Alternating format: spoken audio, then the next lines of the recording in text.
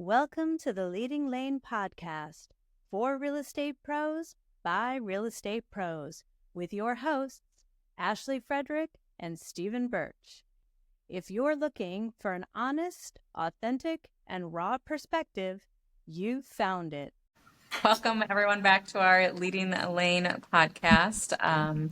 It is the end of August, and so if you're in real estate, you know that the last week and a half has been maybe a little bit more interesting than what we would all like to see, but lots of learning curves. I think a lot of us are trying to work through all these, but what I've really come to see in the last maybe 2 weeks are a lot of violations, a lot of code of ethics violations.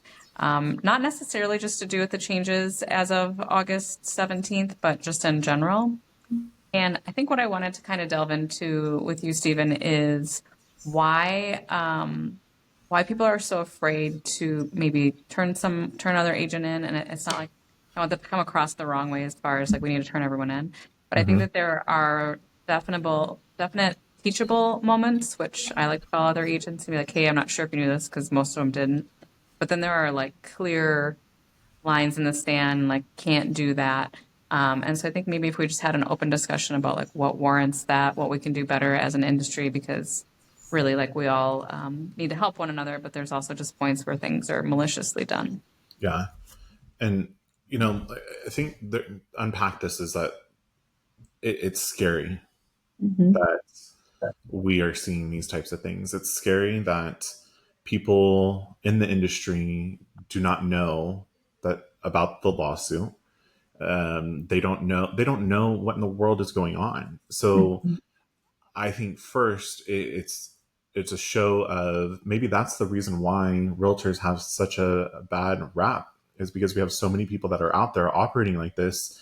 And again, I want to echo that, like, we're not talking that you need to go and report everybody and be a Karen.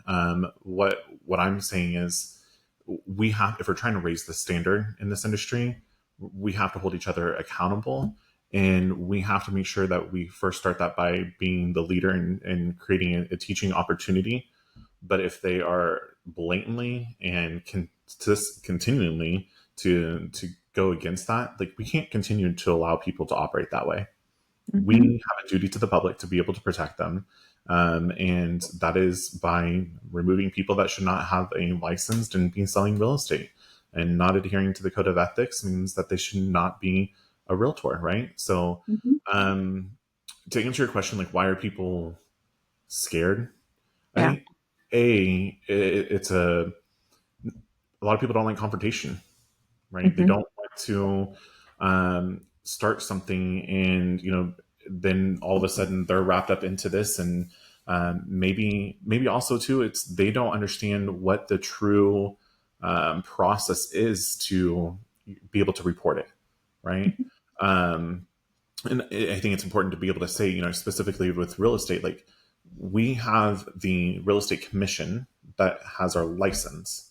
So those are acting real estate professionals, right? They don't have to adhere to the code of ethics. We opt into NAR, into the association, so we have the code of ethics on top of law that we have to adhere to as well. So when we say report, there's really two different avenues to report. One is directly to the real estate commission for the licensing law. One is directly to the association that is going to be the ethics side of things.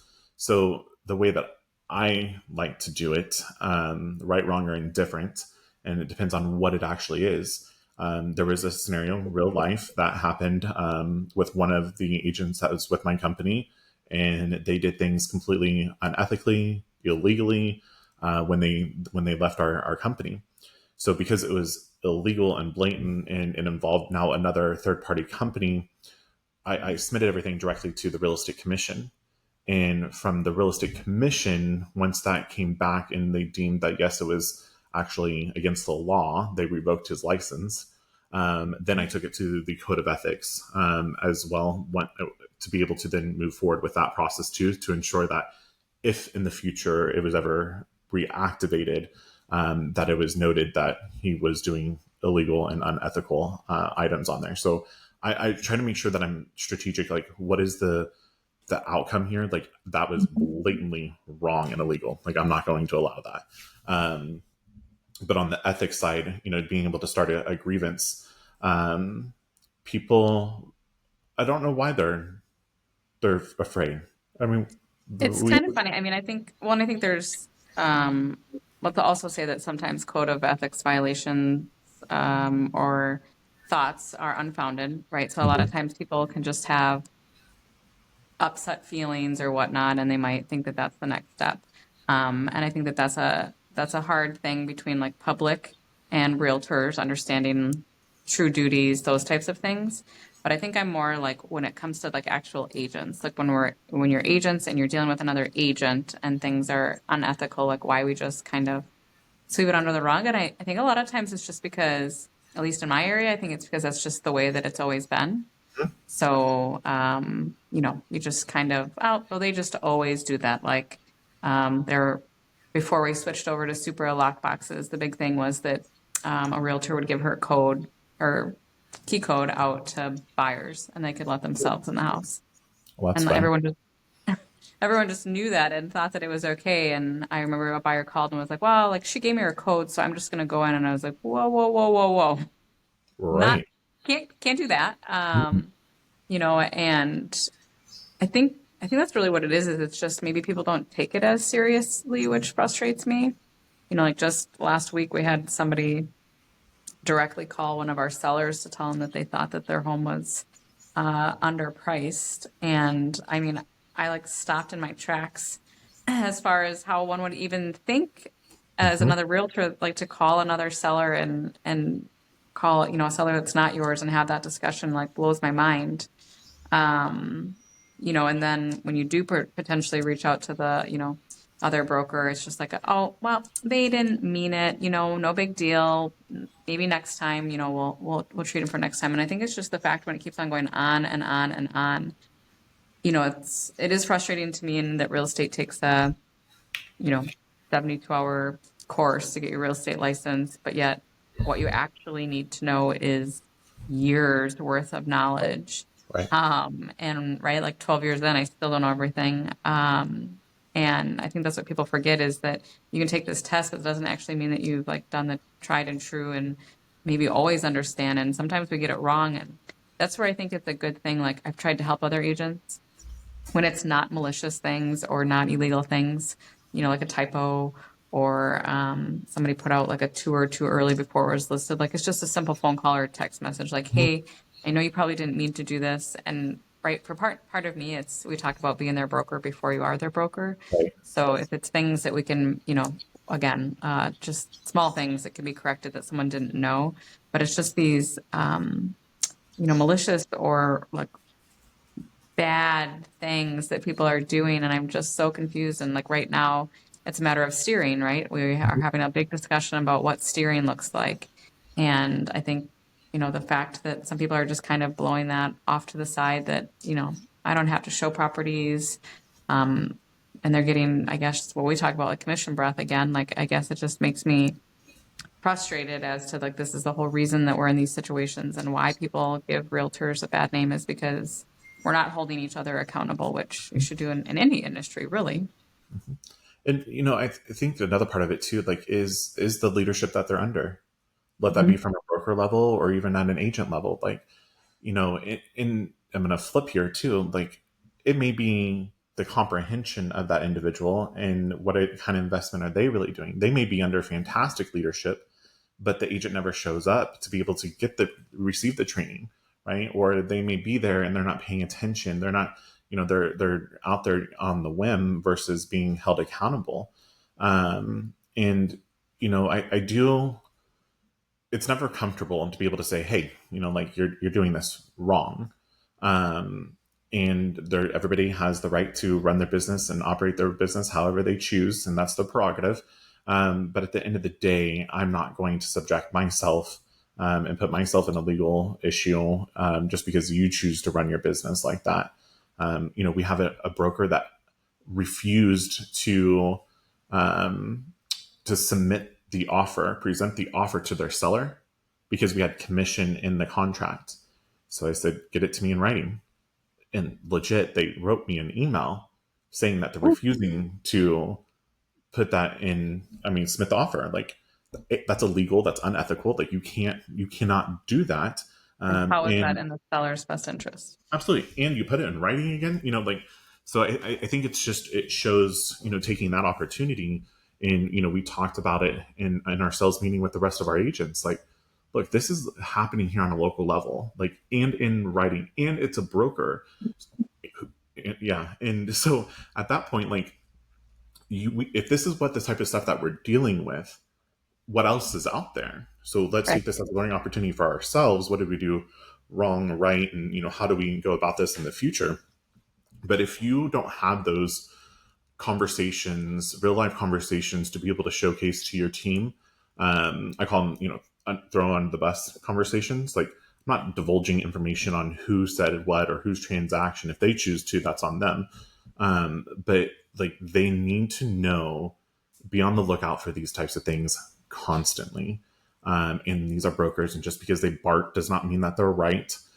Just because they're loud does not mean they're correct. Just because they've been in this for 102 years does not mean that they know exactly what the way to do it.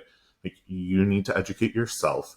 You need to make sure that you know the laws, you know the code of ethics. And I truly believe, and this is 100%, like, when I first started in real estate, I was so young, and I had this complex in my mind. Nobody wants to hire, a 20-some-year-old to go buy or sell real estate because I don't have the knowledge. So what I did was I read the law front, back, left, right. Like, I read the ethics, I read our contracts, and I knew it in and out. And when those situations came about that I had somebody on the other side, throw a fit or do something wrong, I was able to reference and be able to say, here is exactly where it's at. This isn't my opinion. This is law that both of us passed the same test for. Like, you are doing it incorrectly. And that is how I believe that I built a solid foundation on how to grow my company and grow myself, because I knew the workings of all the laws and everything else. Like, I'm not saying I'm an attorney by any means, but I at least had enough foundation and knowledge to be able to articulate it, and utilize the resources that are available to prove my point was accurate. So I think it's education all the way around, Right. all Well, the I way around. think that's what like we've been focusing on, just because the last week and a half has been, I mean, difficult, because like in our market, we're maybe not doing things quite the same as everyone else. And, I get nasty phone calls and emails sent out about me, like, to other brokers, which, I mean, at this point in time, I just laugh about. But like the brokers that have picked up the phone and called me, I've like literally said, you have to educate yourself. I am more than happy to send you all of these videos, all of these things that will make you understand why we're doing it. Mm-hmm. Just this weekend, we had an agent call one of our agents, scared that they can't get paid and they don't know how to get paid, and they're gonna, look at giving up real estate. And it's just, I don't understand.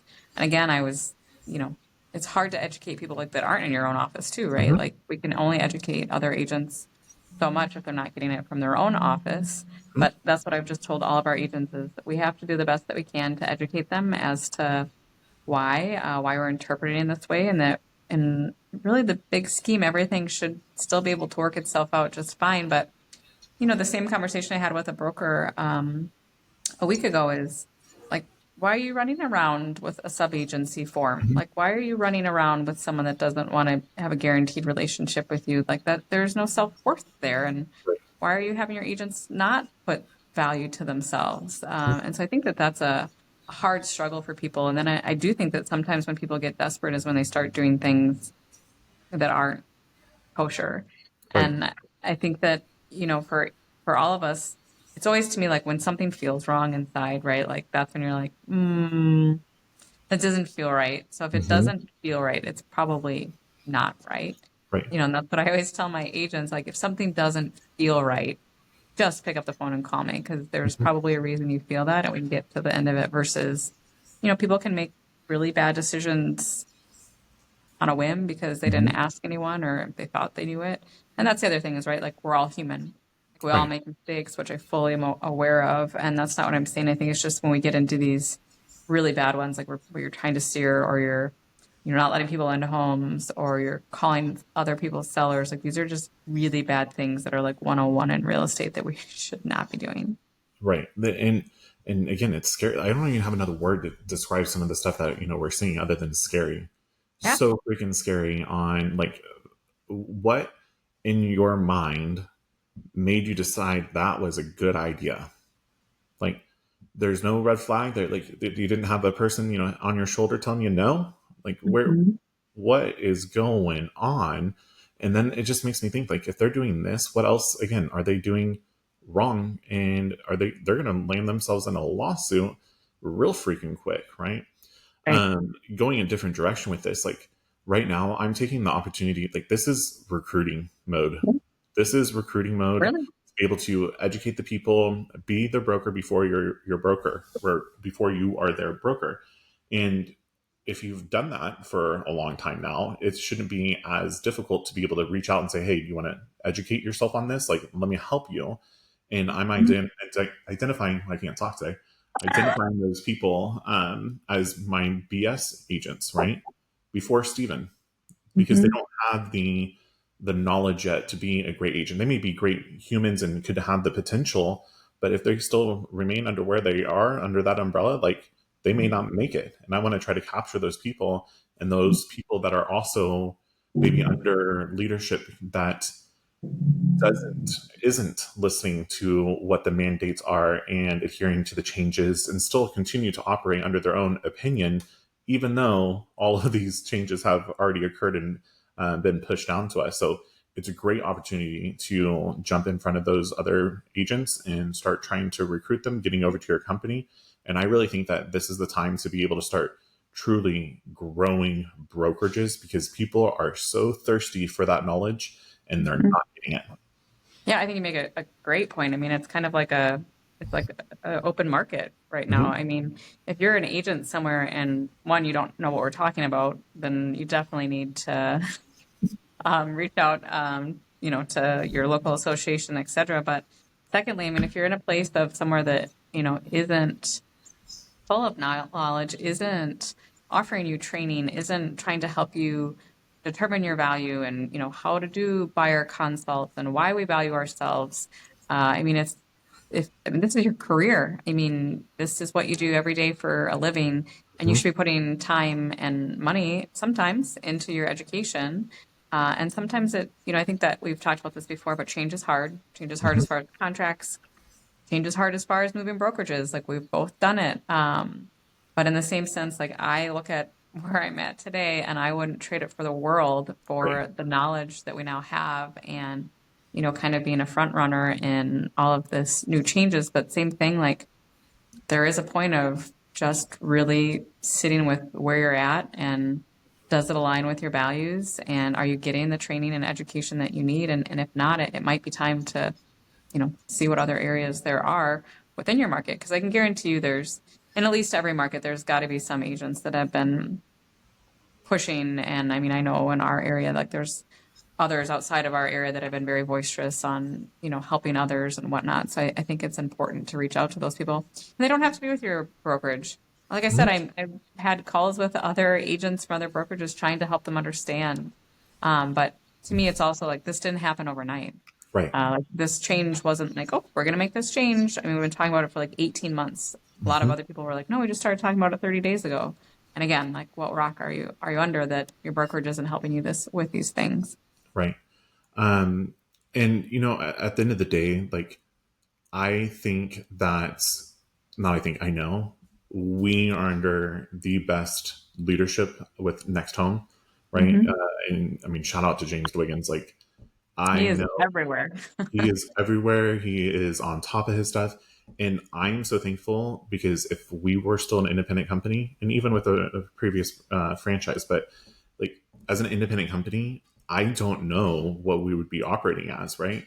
I think that we would probably, one of the people that we're talking about right now, of, head under the rock, because I wouldn't have been paying attention. I wouldn't have known to.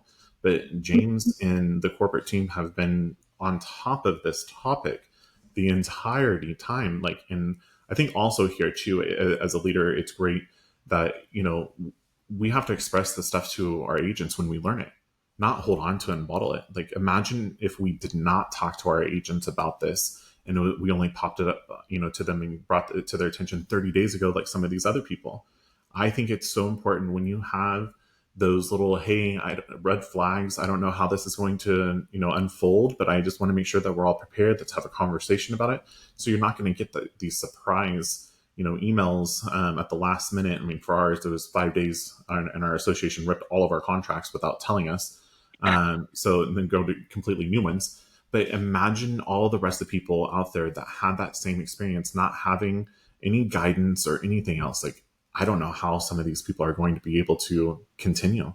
Like, Well, I tell my agents I apologize because sometimes I feel like I bombard them like daily with this came out today, this is what we're doing. But again, like education is power, but you're right. I mean, another great podcast is the Unfiltered yeah, podcast with James and with Keith.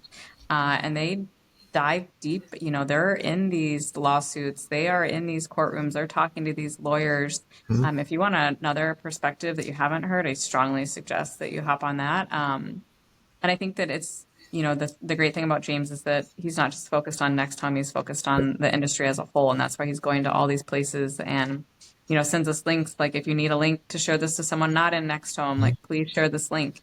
And I think that's where we're talking is it comes from education, but you have to be willing to take on the education. You have to be willing to soak it up, but then you also just have to be willing to, kind of stand up for the things that aren't going well and the people that aren't following along or aren't willing to learn new ways. right. And on our call, you and I were on a call directly with James, and I asked him, hey, like, what does it feel like?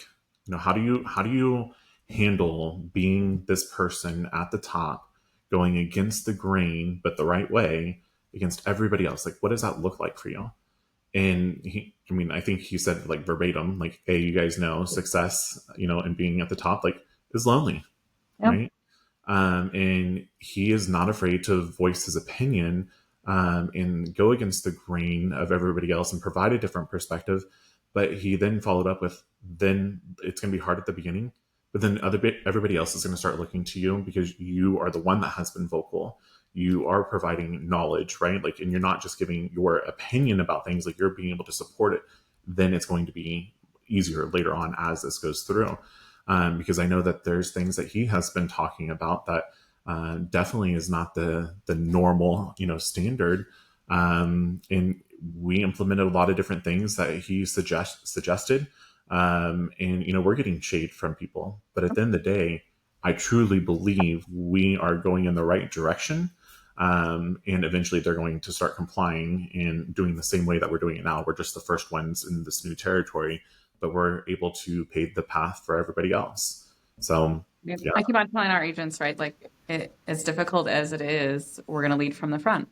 And sometimes, that's hard because, there's no necessarily steps to follow. Yep. But if we feel it in our hearts that we're doing the right thing, we will lead from the front. And I think you're right. I think that, 90 to 180 days from now, things will look different than they look today. And some of those agents and brokers might be like, oh, like that's what you were talking about. That's why. And I hope they come around because at the end of the day, like we all accomplish more by working together. And so just trying to, maybe not go against the grain, which is where we feel like we're doing. But if you could just be aware of, again, you have to be aware of what's going on outside of your little city too. So just because your little city might do it one way, that's not necessarily the right way. So you have to be fully aware of reality and know that this is on a national level. Right.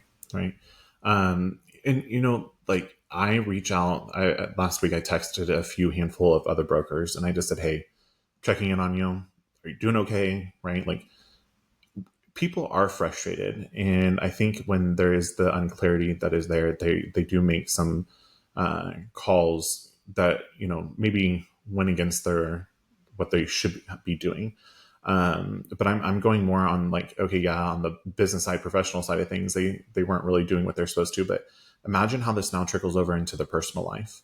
That frustration is going to come over, like, and it is lonely at the top. So if you don't have anybody else that is in your office or, whatever else, like, I think it's so important just to say, like, how are you as a human? You doing all right? right? Like this shit is tough. It's not fun. And like I just want to make sure you're doing a-okay, and that's it. And Yeah. what they choose to do with it at that point is on them. But I really wanted to reach out to a good amount of people just to make sure that they know that they're not alone, because we're not getting the leadership from our association whatsoever, in my opinion, local or state. So it's a number. I mean, power is in the numbers, and the more that you can be educated with it, like you said, equals more confidence. So competence equals confidence. And I want to make sure that I'm working with confident and competent people on the other side of our transactions, so that we don't get drug in the lawsuit with them. Right. So I think it's empowering multiple people on multiple different levels, regardless of if it's going to truly pay out for us. It's helping people at the end of the day. Good. Good. All right. Thanks for tuning in today to our podcast. Please go like, subscribe, and follow us, and we will see you next time. If you've enjoyed today's episode, please like, subscribe, and share with others. Stay connected for more genuine insights and strategies to boost your real estate career on Facebook, or check out our website. We'll see you next time.